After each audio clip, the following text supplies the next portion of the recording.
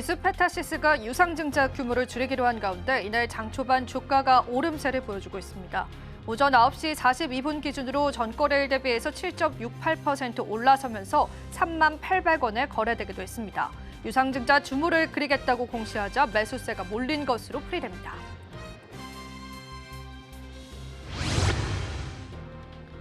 LG전자가 1분기 기준 분기 최대 매출을 냈지만 관세 여파에 증권사들은 연이어 목표 주가를 내리고 있습니다. 1분기 잠정 매출액이 22조 7,447억 원을 기록했다고 공시했고요.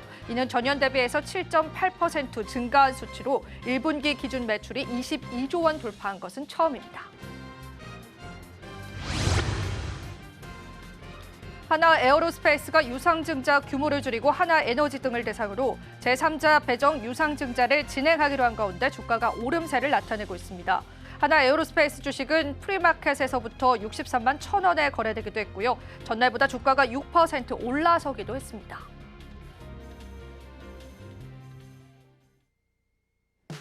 시청자 여러분 안녕하세요. 마켓 쇼쇼쇼 진행을 맡은 이지영입니다. 자, 오늘 국내 증시 같은 경우에는 오히려 장 초반이 더 많은 탄력을 나타냈었죠.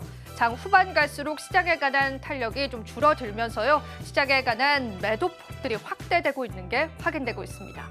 장마감 30분 정도 앞두고요. 우리 시장 어떤 흐름들 이어지고 있는지 주요 종목군들의 흐름들 살펴보실 텐데요. 오늘은 주요 종목군들의 흐름이 어제와는 사뭇 다른 분위기가 연출되고 있습니다. 앞서 언급해드렸었던 하나 에어로스페이스는요. 유상증자에 관한 규모를 축소한다는 소식 때문에 오늘 시장에서 강세를 나타내고요. 전반적인 하나 그룹주들의 강세가 이어져 오고 있습니다. 또 계속되는 하락세를 맞이했었던 현대차와 기아차가요. 어느 정도 바닥을 다져가는 모습들이 확인이 되면서 현대차와 기아차에 관한 바닥론에 관한 이야기도 나오고 있습니다. 모비스 쪽은 오늘 4% 낙폭세 그려갑니다. 부품 쪽에 관한 관세 영향도 피해갈 수 없는 것으로 확인되고 있고요. 특히나 오늘 삼성전자가 실적 발표를 하면서 당초 증권사의 목표치였던 5조 원대를 훌쩍 넘어서는 수치를 나타냈죠. 그럼에도 불구하고 장 후반 들어서는요. 또다시 주가가 하락하는 모습을 보여주면서요. 현재는 0.3% 하락합니다. 오히려 하이닉스가요. 0.2%, 2% 상승 나타내면서 삼성전자는 약보합 상승 나타내고 있습니다. 자, 오늘 같은 경우에는 네이버도 낙폭이 굉장히 크더라고요. 최근 들어서 증권사에 관한 리포트들이 긍정적으로 나왔지만 시장 자체를 끌어올리기에는 역부족인 모습 확인이 되고요. 오늘 증권주와 금융주들도 좋은 흐름 나타내고 있지 않습니다. 또 하나 저희가 또 체크해 봐야 될 게 제약바이오 쪽일 텐데요. ABL바이오는 어제에 이어서 오늘도 강세를 나타냈지만 특정한 제약주 제외하고는 또 오늘 시장에서는 하락세 여전히 두드러지고 있습니다. 오히려 시장에 관한 내수 관련 기업들이 시장을 좀 견인해주는 모습이 확인되고 있는 시점에서 시장의 색깔에 맞는 그러한 전략들 여러분 세워보셔야 될 것 같습니다. 자, 오늘도 저희와 함께 꼼꼼한 전략들 같이 한번 챙겨보시면 좋겠습니다. 자, 그럼 본격적으로 저희 한번 달려볼까요? 마켓 쇼쇼쇼 2부도 출발합니다.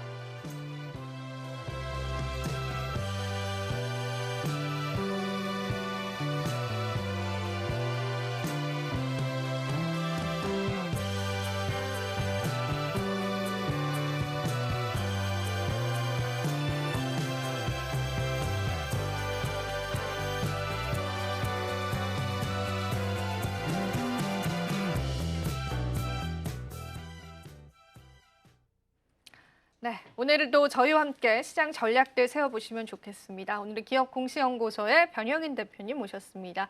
대표님 안녕하세요. 네, 반갑습니다. 네, 저희가 또 오후장 주도 섹터 같이 이야기를 나눠볼 테고요. 우선은 또 저희 시장 한번 살펴보고 오겠습니다. 잠시 후에 다시 찾아뵐게요.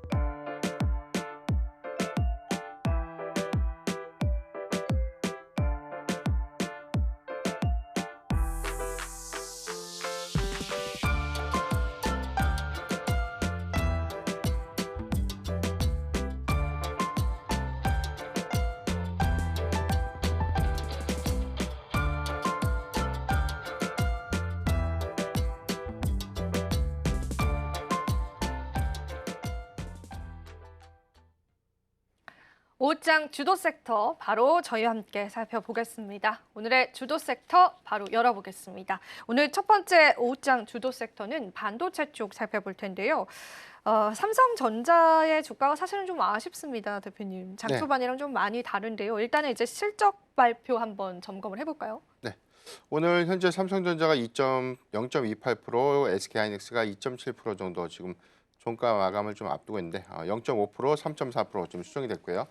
일단 종가 마감 오늘 시초 대비해서 이 상승폭을 일부 좀 되돌렸던 부분들, 특히나 삼성전자의 경우에는 1분기 실적이 시장이 전망치를 좀 웃돈 실적을 발표했는데 세부 내용을 보면 일단 영업이익이 최근 증권사 이 3개월 컨센서스, 그러니까 평균적인 컨센서스가 4조 한 9천억 정도로 좀 제시가 됐고요. 최근에 증권사들의 개별적인 어떤 실적 추정치가 상향이 됐는데 제가 좀 참고해본 한 5개 정도 리포트를 좀 종합적으로 보니까 5조 원대 중후반, 많게가 한 5조 원대 후반까지 영업이익이 지금 제시가 됐고 오늘 실적 발표에서 나온 데이터는 지금 6조 원대가 좀 나왔죠. 6조 6천억 원.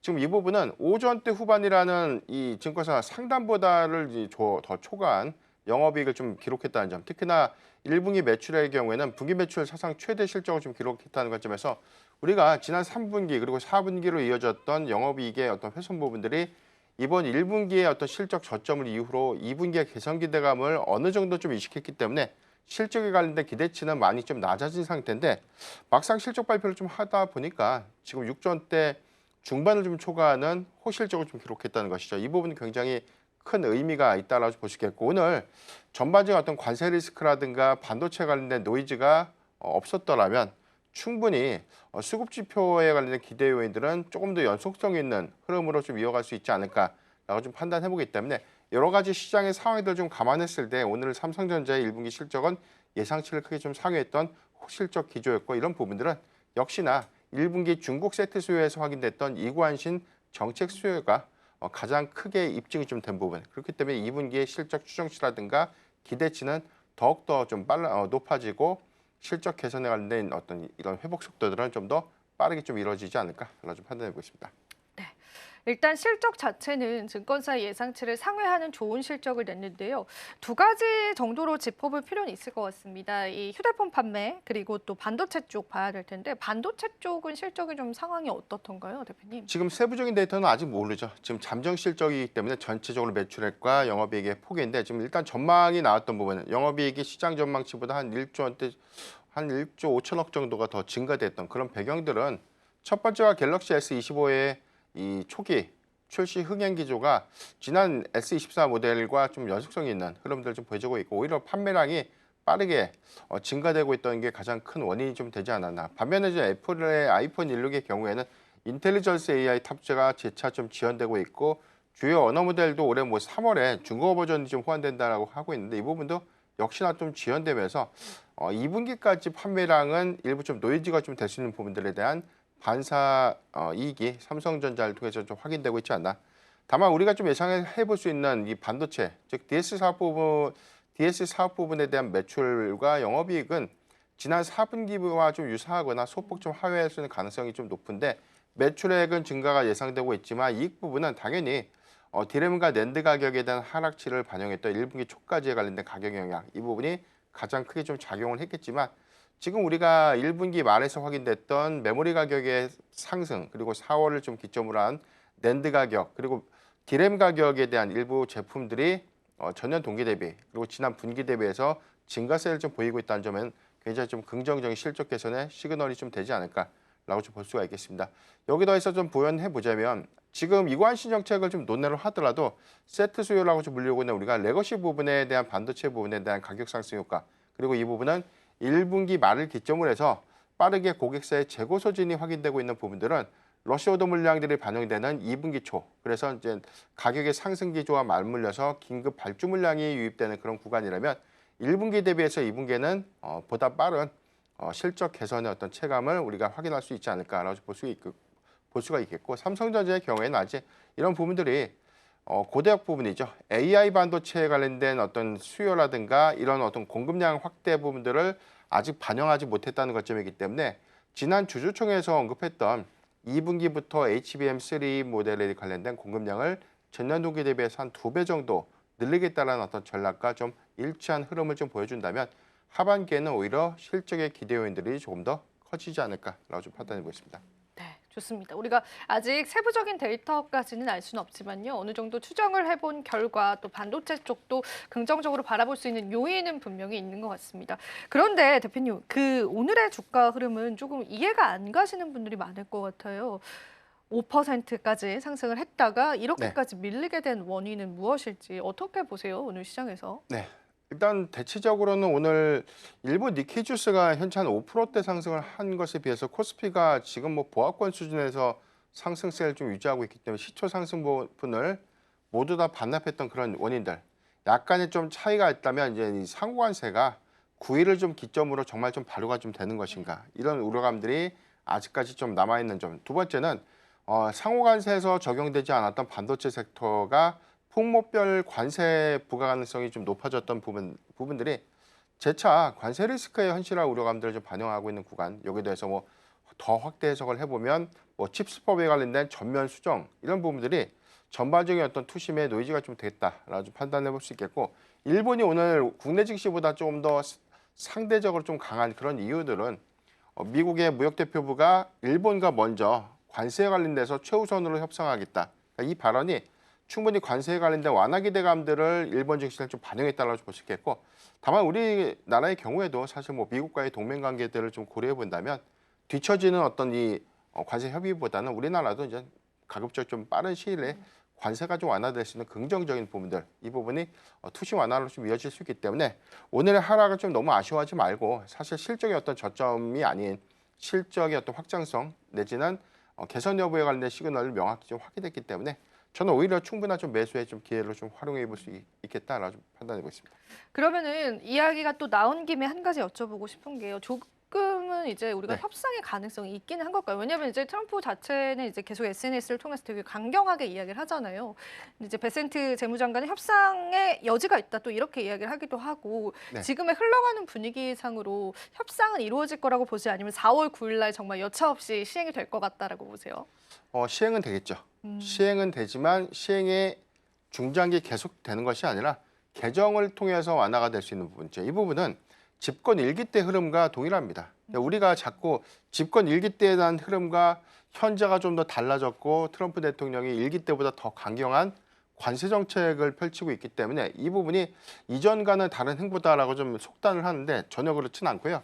일단 뭐 미국의 어떤 증시의 단기적인 낙폭, 그리고 코스피의 경우에도 지금 단기 낙폭 구간이 한 23%. 그러니까 일기 때 단기 관세를 좀 부과하고 나서 단기 낙폭 구간이 마이너스 25%니까 갭은 한 2%밖에 좀 차이가 안 나죠. 2%밖에 차이가 안 나는 상태에서 오늘 반등이 있었던 점. 물론 이제 관세가 발효되는 시점에 대한 추가적인 낙폭이 있을 거라는 부분 우리가 좀 주목을 좀 해봐야 되겠지만, 저는 오히려 여기서 저점을 더 깰 수 있는 그런 시그널은 좀 아니다라고 볼 수 있겠고, 관세 리스크는 현재 좀 많이 반영이 됐다라고 볼 수가 있는데, 관건은 이게 강경하게 협상의 여지가 없는 것이 아니라 협상을 통해서 충분한 개정 효과들이 좀 있다는 점을 좀 감안해봐야 될 것 같고, 이 부분은 무역의 불균형을 좀 해결하고자 하고 뭐 트럼프 대통령의 의지이기 때문에 과거에도 FTA 협정에 관련된 제정을 통해서 해당되는 어떤 대다수 품목들이 뭐 면세 조치를 좀 받았거나 관세를 크게 낮춘 사례를 좀 감안해 볼 때 저는 중장기 영향은 제한적이다라고 좀 판단하고 있습니다. 협상의 여지가 그러니까 조금은 있다라고 좀 시장에서 바라보면 좋겠는데, 그래도 시행 자체는 될 거기 때문에 그에 따른 시장의 변동성들도 대비를 해보셔야 될 것 같습니다. 반도체 섹터 쪽으로의 투자 전략도 좀 잡아보고 싶습니다. 뭐 일부의 뭐 장비주라든지 중소형주들 쪽은 오히려 조금 더 상승이 좀 잘 나와주는 것 같은데, 이쪽 섹터에 관해서는 지금 전략 잡을 때는 어떻게 보세요, 대표님? 네, 저는 뭐 반도체 섹터만 그런 것이 아니라 한 가지만 기억하면 좋을 것 같아요. 숫자가 나오느냐, 실적의 숫자가 네. 나오느냐, 이게 중요할 것 같고, 주가가 좀 많이 빠지고 있기 때문에 사실상 지금은 매매를 할 때 어떤 종목을 좀 사야 될까 굉장히 좀 부담스럽죠. 네.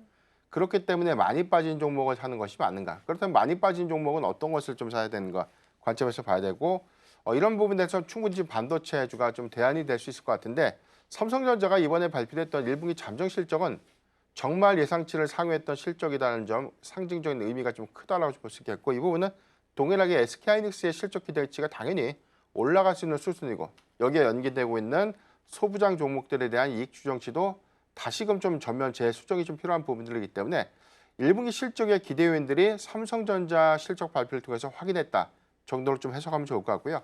이 부분이 뭐 전반적인 AI 관련된 뭐 성장성이 정체됐다거나 AI 투자가 단절됐다거나 또는 피크 우려감들이 현실화가 됐다든가 그런 부분들이 아니라 지난 4분기보다 유사한 흐름들, 레거시 부분이 어려웠다가 1분기를 통해서 2분기 좋아지는 시그널을 확인했듯이 AI 관련된 어떤 성장 기조들은 지난 4분기보다 오히려 좀 추정치가 좀 상향될 수 있는 점을 좀 감안해 보면 전체적으로 어떤 실적이 주는 효과로 인해서 주가가 리스크 완화 구간에 반등할 때 오히려 실적 키워드가 추가적인 어떤 반등 내지는 연속성을 좀 보일 수 있다는 점 저는 참고하면 좋을 것 같습니다. 좋습니다. 우리가 지금 시점에서 어떤 투자 전략 세워봐야 할지 도움이 되셨을 것 같고요.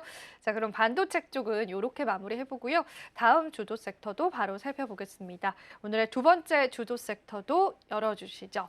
제약바이오 쪽 보겠습니다. 여기도 할 말이 너무 많을 것 같습니다. 지금 또 트럼프 대통령이 제약주들 이제 유심히 보고 있다. 굉장히 이제 불안감이 많은 이야기를 했는데 그럼에도 불구하고 폭락장에서도 상승하는 그런 종목군들은 제약주들이 좀 있었습니다. 몇몇 눈에 띄죠. 기술 수출 이슈도 있고요. 제약바이오주 지금 시점에서 어떻게 바라보면 좋을까요?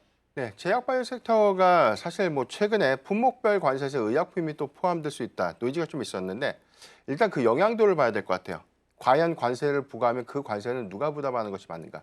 그러니까 소비자가 판가전이가 되는 부분인가 아니면 발주를 줬던 고객사, 글로벌 제약사가 해당되는 관세에 관련된 부가요인들을 가져가는가? 그러니까 우리가 거래의 유형들을 좀 감안해 보면 사실 제약바이오 모든 게 관세를 부과한다고 해서 피해를 볼까요?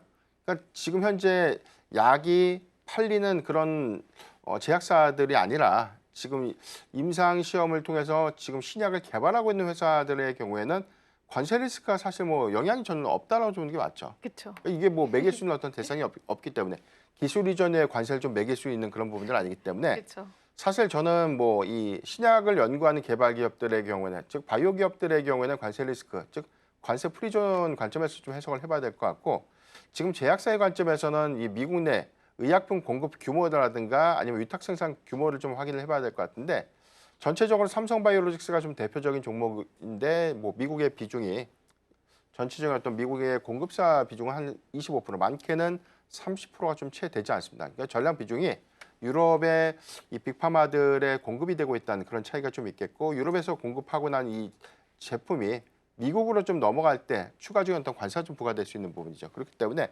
이런 부분들 실질적인 어떤 제약 요건들은 저는 뭐 제한적이다라고 보는 게 맞을 것 같고 전반적인 어떤 투심은 관세 리스크 때문에 뭐 의약품 관련된 제약바이오 섹터가 좀 빠지는 것이 아니라 경기 침체 그리고 여기 관련된 인플레이션에 관련된 우려감들이 재차 좀 부각됐던 것들이 수급의 어떤 연속성 내지는 투심을 좀 위축시키는 어떤 요소로 좀 제한적인 흐름을 좀 보여주지 않았나라고 볼 수가 있겠고 다른 요건들을 보면 오히려 제약바이오의 경우에는 일단 뭐 1분기 대비해서 2분기에는 오히려 기대 요인들이 좀 많죠. 대다수 뭐 학회가 좀 예정되고 있는 부분들 특히나 최근에 뭐 기술 이전에 관련된 성과들이 재차 좀 입증되고 있는 그런 부분들 때문에 개별 종목 안에서도 상당한 주가의 어떤 상승 탄력도라든가 수급 양극화가 좀 있기 때문에 저는 뭐 재차 관점으로 보면 관세 리스크가 좀 현실화가 된다고 하더라도 제약바이오 섹터는 뭐 점진적인 어떤 수급은 개선될 수 있는 가능성이 높지 않을까라고 좀 판단하고 있습니다. 네. 오늘 시장에서도 일부 제약주들은 좋은 흐름들이 계속 이어져 오고 있습니다. 그래서 더 저희가 눈길이 가는 것 같은데요. 그렇다면 상반기에 우리가 좀 ABL 바이오처럼 주목을 해봐야 되는 빅딜에 관한 이벤트를 가지고 있는 기업들이 있는지가 조금 궁금합니다. 그런 정보들을 우리 개인 투자자분들이 찾아내기가 좀 쉽지는 않기 때문에 대표님이 좀 몇 가지 좀 언급해 주실 수 있을까요? 네, 저희가 한 2주 전에도 언급했던 제약바이오 섹터에서도 한번 언급을 했죠. 제약바이오 섹터를 투자할 때 과거와는 좀 다른 양상, 특히나 맹목적으로 임상 기대감만 갖고 있는 종목을 좀 우리가 따라서 매수하기보다는 정말로 해당되는 이 파이프라인에 대한 실체라든가 이 부분에 대한 성과가 입증되고 있는 종목들 내지는 기술 이전의 성과가 좀 기대되고 있는 그런 종목들의 경우에는 계속해서 재차 반복되는 어떤 저는 뭐 분할 매수 관점의 투자는 유효하다고 볼 수 있겠고 기대치만 갖고 맹목적인 임상 기대감을 수반한 그런 종목들의 경우에는 사실 단기적인 투자는 좀 가능하겠지만 중장기 투자는 저는 다소 좀 회의적이다라고 볼 수가 있겠습니다. 대표적으로 뭐 알테오젠과 유한양행 같은 기술 이전에 관련된 성과라든가 마일스톤에 관련된 유입이 현실화되고 있는 그런 종목들의 경우에는 오히려 시장이 좀 밀리는 구간에 재차 저는 뭐 매수의 기회를 좀 활용해 볼 수 있겠고, 유한양행의 이 최근 어떤 성과들, 특히나 기존의 IV 제형제와 좀 동일한 효능이 SC 제형제로서에 관련된 향후의 어떤 판매량 확장 부분, 이 부분은 경쟁 약물 대비해서 OS 데이터로 가죠. 생존율이 더 높았다는 점을 감안했을 때 향후에 이 경쟁 약물 대비 어떤 우위 지표를 갖고 있는 그런 어떤 판매량이 확대될 경우에 유입될 수 있는 로열티, 이런 것들 좀 주목해봐야 될 것 같고, 알테오젠의 경우에는 키토로드 SC에 관련된 하반기 어떤 승인 가능성, 이 부분 재차 좀 주목을 좀 해봐야 될 것 같은데, 여기도 해서 지금 아스트라제네카에 관련된 기술 이전 성과, 그리고 여기도 사실 IV 제형제에서 SC 제형제로 이 제형 플랫폼에 관련돼서 플랫폼 적용을 통해서 다양한 약물 적용될 수 있는 부분들이기 때문에 뭐 글로벌 빅파마 한 군데가 아니라 다수의 글로벌 빅파마들과 충분한 기술 이전의 성과는 앞으로 좀 체크해 볼 수 있는 요인이 좀 되지 않을까. 어제 발표됐던 ABL 바이오도 저는 굉장히 큰 성과라고 좀 봐요. 이게 뇌 장벽이라고 해서 뇌혈관 장벽이라고 해서 이게 뇌를 좀 보호하고 있는 보호막입니다. 여기를 침투하지 못했던 약물이었기 때문에 이걸 침투하는 기술을 바탕으로 해서 퇴행성 뇌질환을 좀 치료할 수 있는 어떤 길이 열렸다는 관점, 이 부분이 글로벌 빅파마가 인정했기 때문에 4조 원대 기술 이전의 성과로 좀 이어졌던 점이고, 이 부분은 4월 25일 AACR이죠. 미국 아마케에서 추가적인 어떤 데이터, 그리고 여기 관련된 향후의 임상 성과라든가 기술 이전 기대감들은 재차 조금 더 유지될 수 있는 가능성을 주목해보자라고 말씀드리겠습니다. 몇몇 기업들의 언급을 해주셨는데 그 기업들에 관한 기술 이전 소식들과 또 로열티에 관한 이슈도 여러분들 분석을 해보시면서요. 전략들 잡아보시면 좋겠습니다. 우리가 또 시장 조정을 겪으면서 제약바이오 관련주들도 조정을 그만큼 겪었던 게 또 어떤 면에서는 좋은 가격에 우리가 매수할 수 있는 기회가 될 수도 있을 것 같습니다. 참고 같이 해보시면 좋겠고요. 하지만 이 제약바이오 주가는 대표님께서도 예전부터 말씀해 주셨던 게 금리 인하에 관한 영향도가 조금 더 크다. 사실 관세보다는. 근데 이게 사실 금리 나 스탠스에 관해서도 시장에서 전망치가 좀 불안하게 계속 나오긴 하더라고요. 그래서 이런 리스크를 가져갈 수 있지 않을까. 그럴 땐 대응점을 어떻게 가져가 봐야 될까요? 네, 공교롭게도 오늘 알테오젠이 7.4%가 올랐어요. 이 이유를 우리가 냉정하게 차근차근 좀 복기를 해보면 지금 시장에서 나왔던 새로운 단서가 뭐였죠? 경기 침체가 나오니까 금리를 내려야 된다. 내려야겠다. 금리를 두 번만 내리냐, 세 번 내리고 네 번 내려야 된다. 그러니까 지금 이게 그렇네요. 투자은행의 어떤 제안이 바뀌고 있다는 것이죠. 인플레이션에 관련된 공포감은 현실화가 좀 됐고, 여기에 관련돼서 빠르게 경기 침체 시그널이 명확해진 그런 부분들. 물론 뭐 고용 지표가 약간의 좀 희비는 있지만 비교적 견조한 흐름들을 좀 보여줬는데, 뭐 소비 지출이라든가 소매 판매 지표 같은 것들이 부진한 흐름들을 좀 보여주고 있고, 다음 달에서 다다음 달까지 이어지고 있는 미국의 수입 물가는 상당히 소비 지출을 좀 둔화시킬 수 있는, 그래서 이 부분은 경기 침체를 빠르게 좀 부각시킬 수 있는 시그널이 좀 될 수 있는 부분들이기 때문에 금리 인하의 어떤 키워드, 특히나 뭐 트럼프 대통령이 금리를 좀 내려야 된다라고 재차 좀 강조하고 있는 그런 부분들이 제약바이오 섹터의 어떤 낙수 효과로 좀 이어지지 않을까, 이 점도 잘 참고를 하면 좋을 것 같습니다. 오히려 금리 인하 이야기가 솔솔 나오니까 또 제약바이오 관련주들의 상승으로 이어졌습니다. 그렇다면 우리 시장에서 제약주 바라볼 때는요. 관세 리스크보다는 금리 인하에 조금 더 초점을 맞춰서요. 전략 잡아보시는 게 더 또 정확하지 않을까, 그런 의견들 덧붙여드리겠습니다. 자, 오늘 오후장 주도 섹터 이야기 나눠봤습니다. 장 마감 전에 특징주 이야기도 저희 나눠볼 텐데요. 자, 오늘 장 마감 앞두고 또 어떤 특징주가 시장을 움직이고 있는지 같이 한번 살펴보겠습니다. 마감 전 특징주 이어집니다.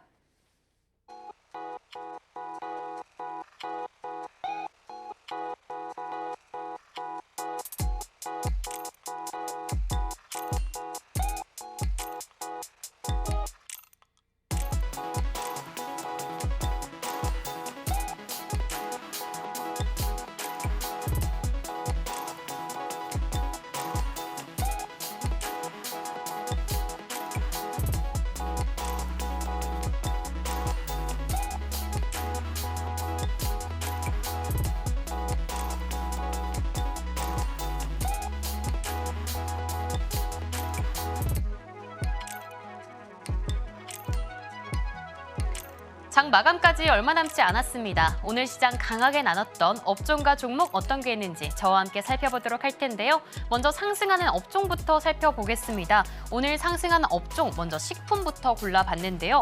식품 같은 경우에는요. 오늘 미중 간의 관세 눈치 보기 영향을 받은 것으로 보여지고 있습니다. 중국의 경우에는 대외 불안을 의식했는지 국가 식량 안보 강화를 위한 10년 마스터 플랜을 내놓기도 했고요. 미국 같은 경우에는 수산물 시장을 건드렸습니다. 이 때문에 오늘 사조 시푸드, CJ 시푸드, 샘표 식품, 마지막으로 사조 동아원까지 모두 좋은 흐름 보였습니다. 이어서 다음 상승하는 종목 바로 히토류 업종도 골라봤는데요. 어제에 이어 오늘도 상승하는 업종이기 때문에 오늘 제가 가지고 왔습니다. 오늘 노바텍 역시나 좋은 흐름 보였고요. 유니온, 그린 리소스, 티플렉스까지 상승하는 흐름 지켜줬습니다. 다음으로 하락 업종 살펴보겠습니다. 하락하는 업종 바로 네카오로 준비해봤습니다. 네이버와 카카오인데요. 오늘 상승했던 증시와는 달리 네이버와 카카오 그룹주 모두 저조한 흐름을 면치 못했습니다. 이 때문에 네이버, 카카오, 카카오 게임즈, 마지막으로 카카오뱅크까지 약세 흐름 보여줬습니다. 그렇다면 이 안에 담고 있는 특징주는 어떤 이야기들이 갖고 있을까요? 먼저 첫 번째 특징주부터 살펴보도록 하겠습니다. 첫 번째 특징주 바로 사조 시푸드인데요. 국내 대표적인 수산물 공급 업체죠. 사조 김, 사조 참치하면 다들 아실 것 같은데요. 관세 관련 소식 먼저 체크해 보도록 하겠습니다. 미국 정부가 중국산 김에 무려 54%의 관세를 부과할 거라는 전망이 나왔습니다. 이 때문에 이 주가에 기름을 부은 것으로 보여지고 있는데요. 우리나라와의 김과 한번 비교를 해보자면요. 우리나라 김과 같은 수산물에는 26%의 관세가 대상이지만요. 중국 같은 경우에는 기존의 20%, 여기에 더해 상호관세 34%까지 더해 54%의 결론이 난 것으로 보여지고 있습니다. 이에 맞서 중국도 미국산 닭고기, 밀, 옥수수에는 15%, 그리고 대두, 수수, 돼지고기 등에는 10%의 관세를 부과하겠다고 밝혔습니다. 이렇게 이번에 미국의 결정은 미중 간의 관세 전쟁이 식품 업계까지 좀 영향을 미친 것으로 보여지고 있습니다.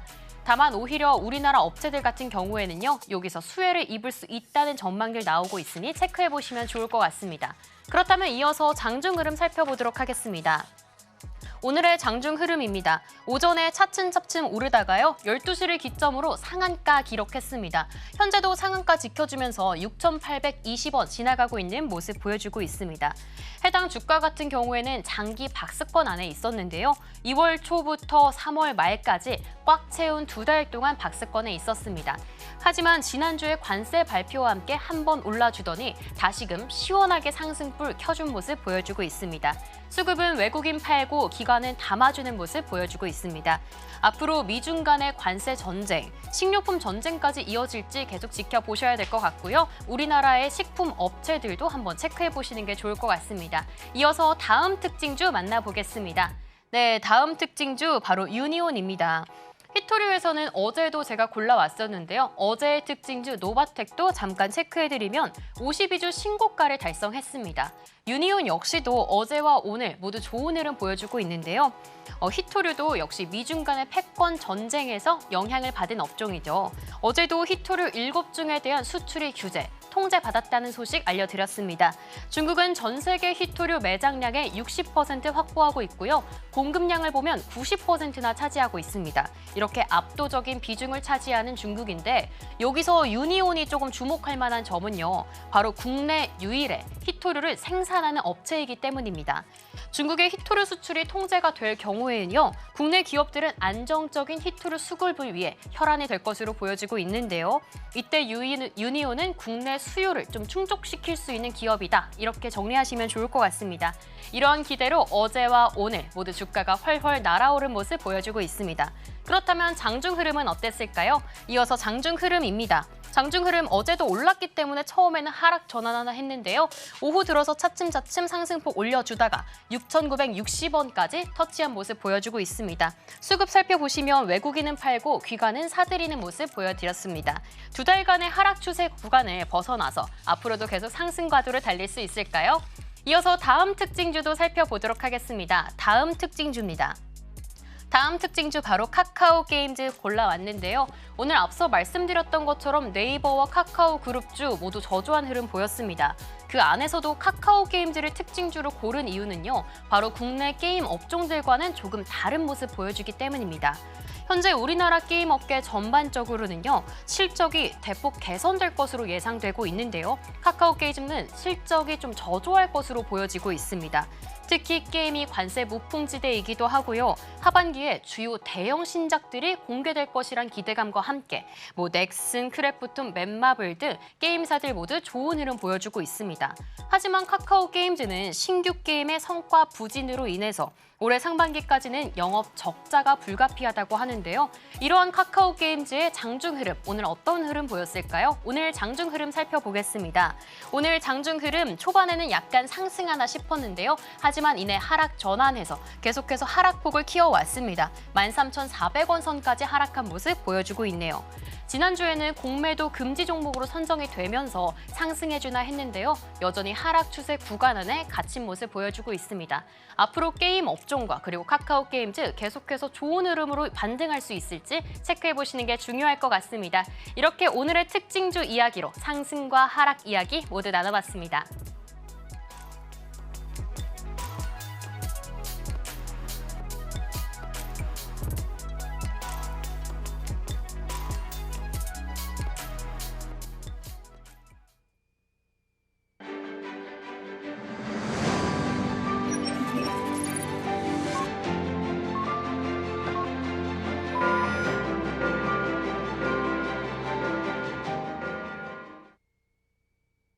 네, 오늘도 국내 증시 마감 지어봤습니다. 앞서서도 저희가 특징주로 언급을 해드렸는데요. 오늘 같은 경우에는 역시나 테마주 단에 관한 상승이 좀 눈에 띄었고요.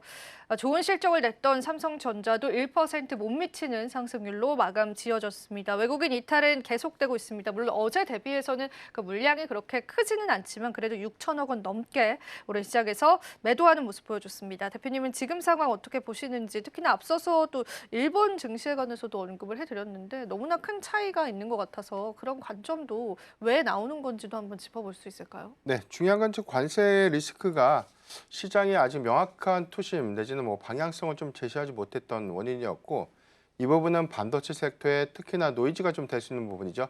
상호 관세를 좀 논외로 하더라도 품목별 관세에 관련된 부과 가능성이 재차 좀 높아진 부분들이 오늘 삼성전자의 호실적을 좀 바탕으로 한 전반적인 어떤 수급 개선을 사실 좀 위축시킨 배경이 좀 됐다라고 좀 해석하면 좋을 것 같습니다. 니케이 지수가 6%대 종가가 6%대 흐름들을 좀 보여주고 있기 때문에 오늘 국내 증시와 좀 상반되는 흐름을 좀 보여주고 있는데, 중요한 것은 관세 리스크가 현실화가 돼서 이 부분이 다소 좀 장기화될 수 있는 어떤 국면들보다는 과거에 충분히 좀 완화 기조를 보였던 점은 재차 기회를 좀 활용해 볼 수 있는 점, 그리고 여기 더해서는 지금 미국의 무역 대표부의 경우에도 관세 관련된 협상을 계속해서 좀 준비를 하고 있겠다, 하겠다라는 어떤 의지가 재차 좀 부각이 되는 부분들이기 때문에 저는 충분히 단기적인 어떤 부분이죠. 이게 장기화될 수 있는 부분은 아니라고 볼 수 있겠고, 그래도 한 달 이내에 대체적인 어떤 관세 협상을 마무리할 수 있는 어떤 계기점, 이 부분을 좀 주목을 해보면 글로벌 어떤 관세 기조들은 완화될 수 있겠다라고 좀 해석을 해볼 수 있겠습니다. 더 이상 관세 충격이 우리 증시를 누르지 않았으면 좋겠습니다. 저희가 또 시장에 다가올 긍정적인 흐름을 위해서 시장 전략을 잡아보면 좋을 것 같아서요. 오늘 같은 경우에도 저희가 눈여겨봐야 할 시장을 이기는 뉴스 준비되어 있는데요. 우선은 뉴스 미리 보기 먼저 살펴보셔야겠죠. 오늘은 어떤 뉴스 준비해 주셨을까요? 네, 시장을 이기는 뉴스 미리 만나보는 코너입니다. 오늘의 뉴스 바로 정책 테마주인데요. 조기 대선 국면을 맞이하며 정치 테마주뿐만 아니라 이 정책주에도 관심이 쏠리고 있습니다. 헌법재판소가 지난 4일 대통령 탄핵을 인용하면서 정치권은 2달간의 조기 대선 레이스에 돌입했습니다. 이미 일주일 전부터 정치 테마주가 기승을 부린 국내 주식시장에서는요, 정책 관련주도 주목받고 있습니다. 정책 관련주는 대표적으로 일자리, 저출산, 세종시 등이 묶이고 있는데요. 대선 전국에 돌입하며 정책 관련 공약들이 쏟아질 것으로 예상이 되며 관련주가 수혜를 입을 것이라는 기대감이 반영된 것으로 보입니다. 우선 저출산 문제 해결을 위한 공약이 등장할 것으로 보이기에 발빠른 투자자들은 조기 대선이 확정된 직후 저출산 관련주를 집중적으로 순매수했습니다. 지난 4일 헌법재판소가 대통령을 파면한 직후 꿈비, 아가방 컴퍼니, 제로투세븐, 메디앙스 등 유아용품 관련주가 일제히 급등했습니다. 뿐만 아니라 최근 높은 청년 실업률이 핵심 의제로 떠오르며 일자리 창출 공약이 주목받고 있습니다. 실제로 지난 2월 기준 청년 실업률은 7.2%, 체감 실업률은 16.4%에 달하며 4년 만에 최고치를 기록하는 등 고용 위기가 지속되고 있기 때문입니다. 다만 시국이 어수선한 걸 틈타서 한몫 챙기려는 단타족들의 등장도 주목되는데요. 이런 종목들은 개장과 동시에 상한가를 치기 때문에 일반인들은 쉽게 들어갈 수 없습니다. 이른바 투기 세력들의 영역이라고도 불리는데요. 전문가들은 일반 개인 투자자들이 그 틈을 비집고 들어가거나 흐름에 올라타다가는 돈을 잃기 쉽다며 주의를 당부했습니다. 정치적 혼란과 함께 이 시장의 이목을 끌고 있는 정책주인데요. 나도 한번 진입해볼까 고민되는 분들 많으실 것 같습니다. 자세한 이야기는 이어서 나눠보도록 하겠습니다. 지금까지 뉴스 미리 보기였습니다. 네, 저희가 사실은 시장에서 또 정책 관련한 이야기를 나눠야 하나 또 고민을 많이 했는데요. 워낙 우리 시장 자체가 정책주들이 현재 민감하게 반응하고 있기 때문에요. 점검도 해봐야 될 것 같고요. 투자 전략도 세워봐야 될 것 같습니다. 자, 유행 따라 정책주를 우리가 매수를 해봐야 될까? 이미 주의보는 울렸다라는 그런 의견이 시장에 나오는데요. 일단은 이쪽 섹터 투자하는 거 어떻게 생각하세요, 대표님?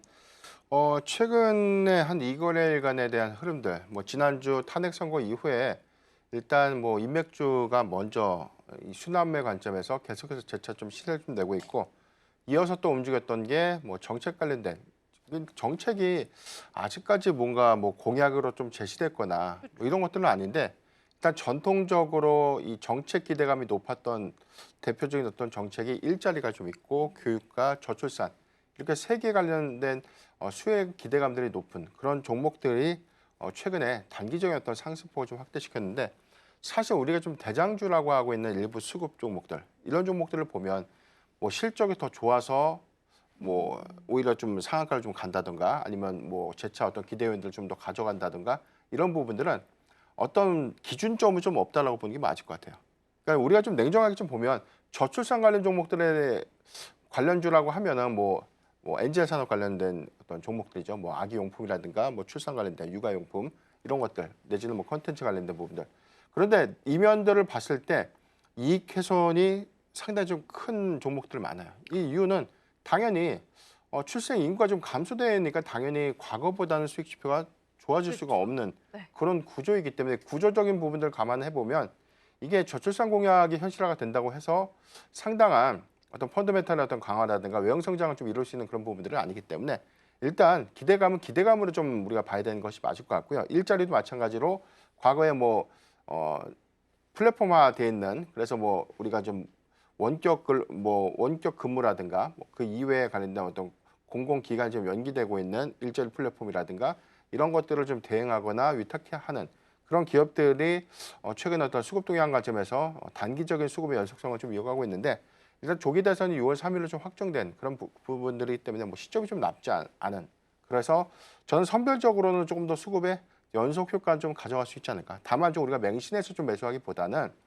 이런 부분들을 관련돼서는 종목들은 선별적, 철저하게 단기적인 어떤 접근만 좀 가능하다라고 좀 볼 수 있겠고, 바이앤홀드 전략보다는 바이앤셀 전략이 좀 많죠. 말 그대로 이제 단타, 단기적 관점에서 치고 빠지고 하는 그런 전략들이 재차 좀 유효할 것 같고, 한 가지 더 팁을 좀 드리자면, 일단 대선 일정들이 확정이 되고 향후에 그러니까 대선 후보자가 좀 최종적으로 좀 확정된 상태에서 새롭게 좀 제시되고 있는 정책이라든가 공약들의 관련 종목들이 단기적으로 움직일 수 있는 가능성이 높겠지만, 이 부분은 펀더멘탈 관점의 해석보다는 말 그대로 수급 관점에서에 대한 해석 내지는 접근만 좀 용이하다는 점 참고하면 좋을 것 같습니다. 네, 좋습니다. 우리가 또 어떻게 접근해봐야 될지 이쪽 섹터도 고민이 굉장히 많아지는 것 같습니다.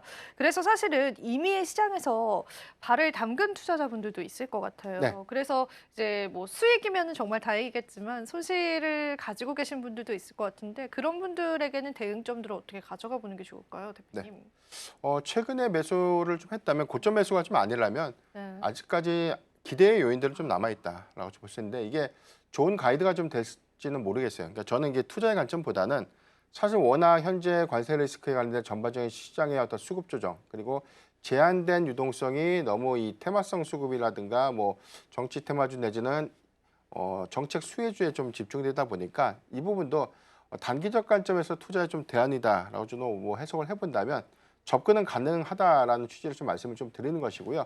일단 전체적인 종목들보다는 지금 산업정책 기대감들이 재차 좀 부각되고 있는 그래서 우리가 뭐 일자리라든가 교육 관련 종목들, 저출산 관련 종목들 이외에 AI 산업의 육성이라든가 향후에 종합적인 어떤 산업 육성 관련점에서 어떤 기대 요인들이 좀 될 수 있는 키워드가 또 AI입니다.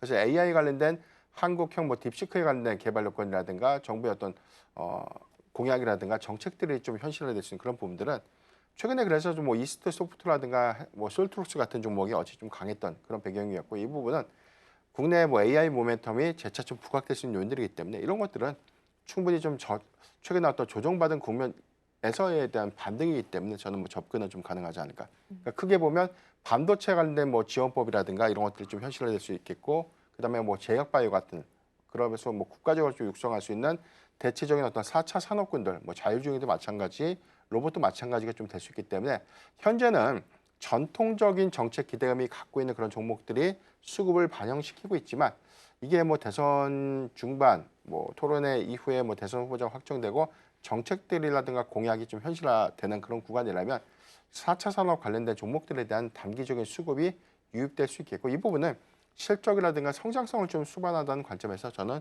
충분한 좀 대안이 좀 되지 않을까라고 좀 판단해 보고 있습니다.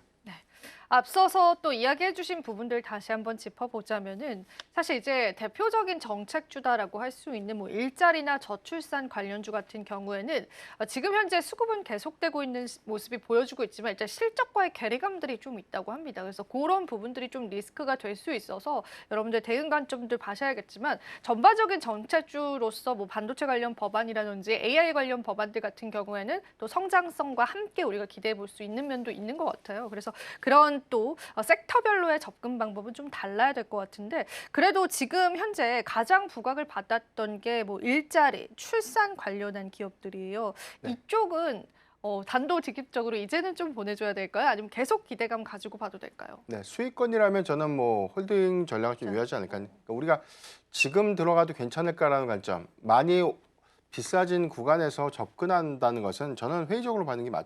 그러니까 적은 비중으로 투자를 하는 것이 맞는데 지금 뭐 소위 말하는 많은 비중을 실어서 뭐 단기적인 어떤 수급 변동이 크다 보니까 여기서 한번 복구를 좀 해봐야지라는 어떤 심정으로 접근하면 그게 투자적 관점에서 굉장히 좀 리스크 요인들이 크다라고 볼 수 있고 지금 뭐 이 저출산 관련 종목들의 경우에도 신규 상장 종목들에 대한 이 주가의 어떤 상승폭들이 좀 크다는 것은 특정한 어떤 이유가 좀 불명하다는 것이죠. 그러니까 전통적으로 뭐 이익 추정치라든가 PBR이라든가 펄을 수반하는 것이 아니라 지금은 뭐 수급을 좀 가져가는 흐름들이고 이게 같은 어떤 정책 기대감을 갖는다고 하더라도 언제든지 그 순위가 좀 다르게 좀 양산될 수 있어요. 많이 올라가는 종목이 쉬어갈 때 상대적으로 덜 움직였던 종목이 더 올라가는 그런 구간들인데 그래서 뭐 이런 종목들이 다 좋다 이렇게 좀 맹목적으로 좀 가져가기보다는 말 그대로 기대감이 부각될 때 단기적으로 접근했다가 다시 변동성을 수반할 때 매도 전략 그리고 여기서 뭐 다시 또 뭐 저점 이후에 뭐 우리가 좀 추세적으로 좀 접근할 수 있는 그런 관점으로는 좀 접근은 가능하겠지만 대체적으로 좀 보면 이익 추정치가 좀 상향되거나 대체적으로 근데 뭐 이익이 안정적으로 나오고 있는 종목들의 경우에는 같은 정책 기대감을 갖는다고 하더라도 주가의 어떤 상승 반영폭은 좀 미약하다는 것 이것도 참고로 하면 좋을 것 같습니다. 사실 저희가 대선 레이스가 본격적으로 시작이 됐습니다. 그래서 한동안은 이 관련한 기업군들이 우리 시장에서 뜨겁게 주목을 받을 것으로 보여지고 있는데 그 안에서 우리가 어떤 전략 잡아봐야 될까? 확실히 가치 투자의 느낌보다는 트레이딩의 관점으로 접근하는 게 이쪽 섹터는 옳지 않을까 싶어요, 대표님. 네, 그렇죠. 만약에 저는 이제 정책 기대감을 뭐 단기적으로 우리가 전통적인 정책 수혜주에 너무 집중을 하다 보니까 일자리, 교육 저출산 출산. 뭐 이렇게 좀 네. 세 가지 테마군에서만 너무 이제 집중을 하다 보니까 상대적으로 가격의 변동성도 크고 상대적으로 현재 좀 진입하기에 부담스러운 그런 종목들이 많은데 대체적으로 보면 향후에 새로운 어떤 정부에서 추진할 수 있는 산업군들을 우리가 육성해 본다면 반도체 산업은 당연히 확장될 수밖에 없는 부분이죠. 우리도 우리나라의 경우에도 뭐 AI 산업에 관련된 육성 정책들은 지금 정부의 어떤 공백기 때문에 뭐 다른 국가들보다 경쟁력이 약화된 것이 좀 사실이기 때문에 AI라든가 로봇 같은 그런 산업의 어떤 육성들은 재차 현실화가 좀 될 수 있는 부분들이기 때문에 저는 뭐 반도체 섹터 여기서 파생되고 있는 AI 소프트라든가 AI 하드웨어 관련 종목들의 경우에는 오히려 향후에 정책 기대감을 좀 반영시킬 수 있는 가능성이 저는 높다고 봅니다. 다만 이제 주가는 현대 뭐 반도체에 관련된 관세 리스크 내지는 칩스법 관련된 노이즈 때문에 전반적인 기술주들의 흐름은 좀 제약적인 모습을 보였기 때문에 조정을 좀 받고 있지만 역시나 다른 관점에서는 정책의 어떤 기대감이 재차 좀 반영될 수 있다라고 저는 보고 있고요. 그러니까 이런 부분이라면 전 투자의 대안은 뭐 저출산이라든가 뭐 일자리, 교육 관련 종목들보다는 AI 그리고 반도체 섹터에 조금 더 집중을 하는 것이 맞지 않을까. 여기 하나 더 뭐 부연을 하자면 로봇 같은 기업들, 그다음에 최근에 좀 뭐 발표됐던 부분들이 뭐 자율주행 관련된 어떤 이슈들 이런 것들은 뭐 정부 정책에서 산업의 어떤 수혜 관점에서 재차 좀 부각될 수 있는 테마가 되지 않을까라고 좀 판단하고 있습니다. 네, 정책 관련해서 우리가 어떤 전략 세워봐야 할지 대표님과 이야기 나눠봤습니다.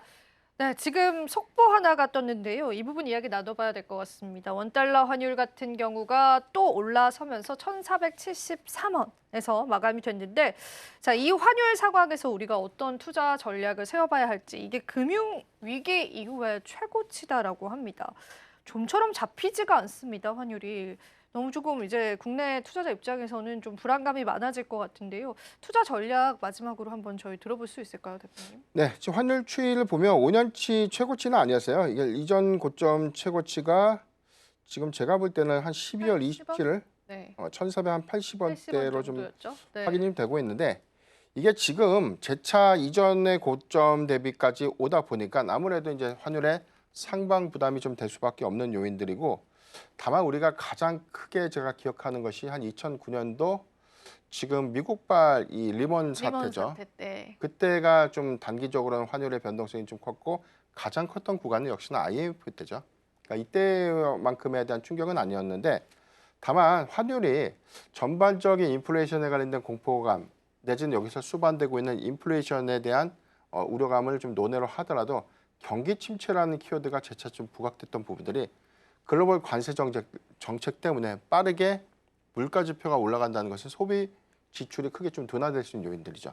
그래서 투자가 중단될 수 있고, 근데 이제 우리가 어제 나왔던 흐름들 중에 하나가 금이 오히려 이런 어떤 이 경기 침체라든가 인플레이션에 관련된 공포 기대 우려감들이 좀 재차 부각이 되면 안전자산으로서 머니무브가 본격화되는 부분인데 어제 금 가격이 급락을 했죠.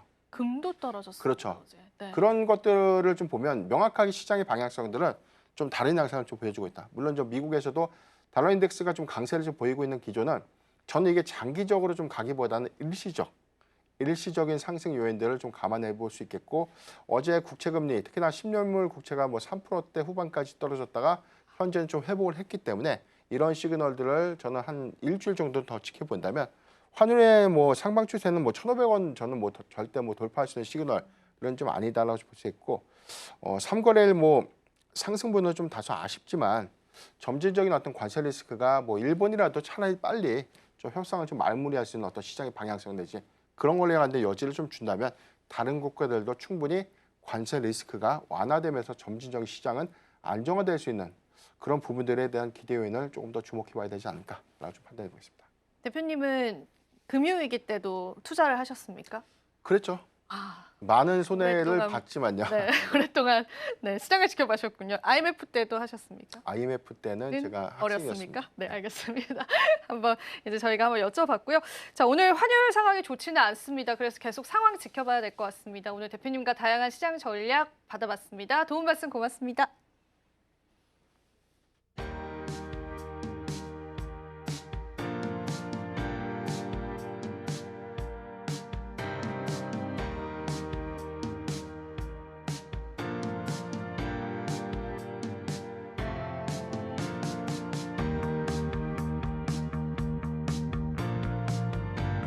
중국과 미국의 무역 관련한 전쟁이 본격화되고 있는 시점이죠. 내일은 또 어떤 리스크가 우리 시장에 도래할까요? 많이 두려우실 것 같습니다. 저희가 그때 맞는 전략들 계속 함께하겠습니다. 또 저희 방송에서 제공해드리는 정보는 투자 판단에 대한 조언일 뿐입니다. 가치 판단과 상승 하락 보장하고 있지는 않다는 점 유의 부탁드릴게요. 저희는 내일 이 시간 다시 찾아뵙겠습니다. 시청해주신 여러분 고맙습니다.